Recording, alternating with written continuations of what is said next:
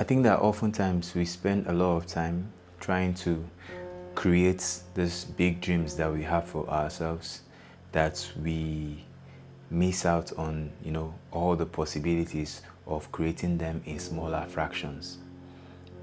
That's the whole idea of big dreams. You have a big dream, for example, you want to be a filmmaker, and the kind of films you want to make, you already see, like, you're already looking at some of the top people, some of the greats that are putting out movies, and that is the kind of stuff you want to put out.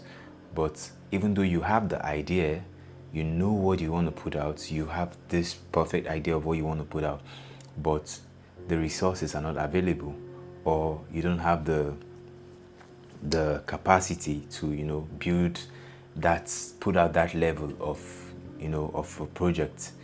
And because of that, you just stay stuck where you are, and keep waiting for that opportunity to build on that level. And you don't even think about the fact that these people you're admiring, or the people you're trying to build, the level of stuff they're trying to build, obviously maybe because of how technology has advanced, we get access to so much information than people before us had, and because of that we dream bigger than even they were dreaming. Like back then, they would probably just dream, oh, I want to just be able to get a film camera. There was, I mean, there were big dreams, but they had limited resources, and they just wanted to get like certain things. But now dreams are like off the roof. So you keep waiting for that opportunity to be able to shoot that big film, when you can actually start shooting them in small bits. If, for example, if the film is about maybe a relationship between two people that they kind of split over time, the general thing, and then now came back together at the end, you have this whole thing as the film. What about doing it one after a time, splitting it into bits, doing just one scene and doing another scene, just shooting the scenes according to what you can afford. If you can afford to shoot one scene, you just shoot one scene and wait for the opportunity to shoot the next scene, and keep creating opportunities for yourself, not just waiting for opportunities, but also creating them for yourself. So I think life is best when you leave it in bits. Yes, you have big dreams, you have the things you're trying to achieve, but are there ways you can start small? That's the question you have to ask yourself. For example, you want to shoot a movie, is there a way you can start shooting small films, small scenes? Is there a way you can start shooting bits that will at the end of the day, when you put it together, it makes up for that big movie? Is there a way you can even just shoot them just for the sake of growing? After you shoot them, you see how it goes, and then eventually you can grow with it. Is there a way you can start doing something at least? That's the whole point, instead of just waiting for that massive opportunity.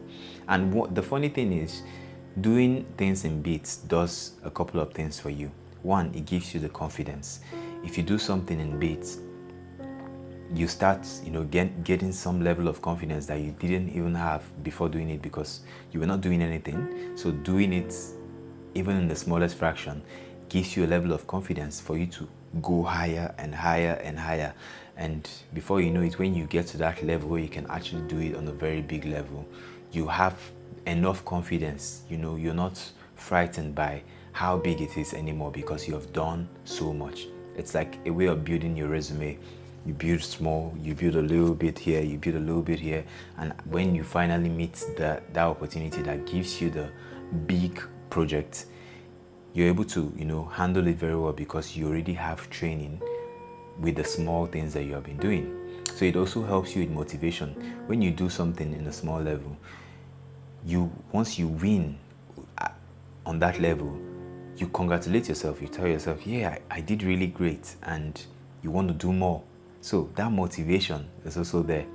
It also helps you with some level of confidence in your craft. Like, you just know that, yeah, I'm actually capable of this thing. You're not worried about what people will say too much, because you have seen how you did it when you were really small.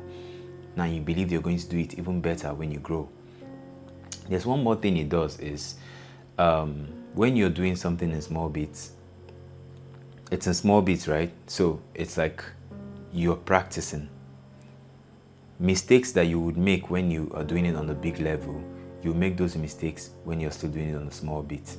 So when you compound all this together and you finally meet your big opportunity, you just feel ready. You feel so happy, you feel so relieved, you feel so, you feel so ready. That's one thing I always tell people, that if an opportunity has not come to you, a lot of times it's because you're not ready for that opportunity.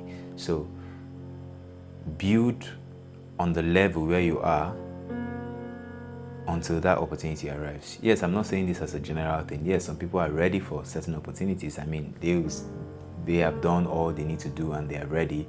They're just waiting for the opportunity to come. But what if you're not ready?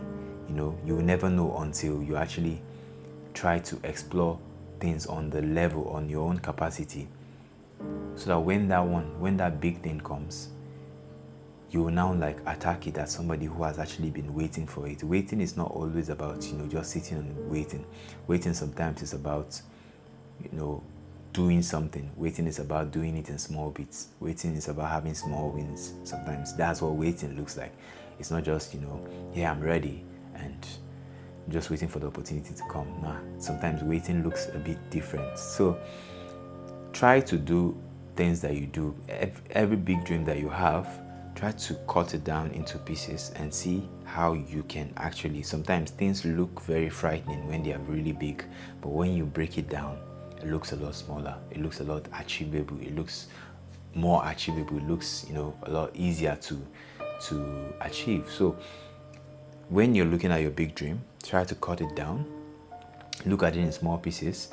Do the ones that you can do. I'm sure if you break things down, there's nothing that you can break down that you won't find something that you can do to build it. So break everything down and do the little things that you can do, so that when you now put that together, it actually looks a lot bigger. So focus on the small details. With whatever you're trying to do in life, try to break it down, do it bit by bit, and before you know it, you find yourself, on that level where you're actually ready for the big opportunity. So my dear friend, I hope this helps you in some way, and you can check out my other videos, and thank you for watching. I'll see you in another video. Peace.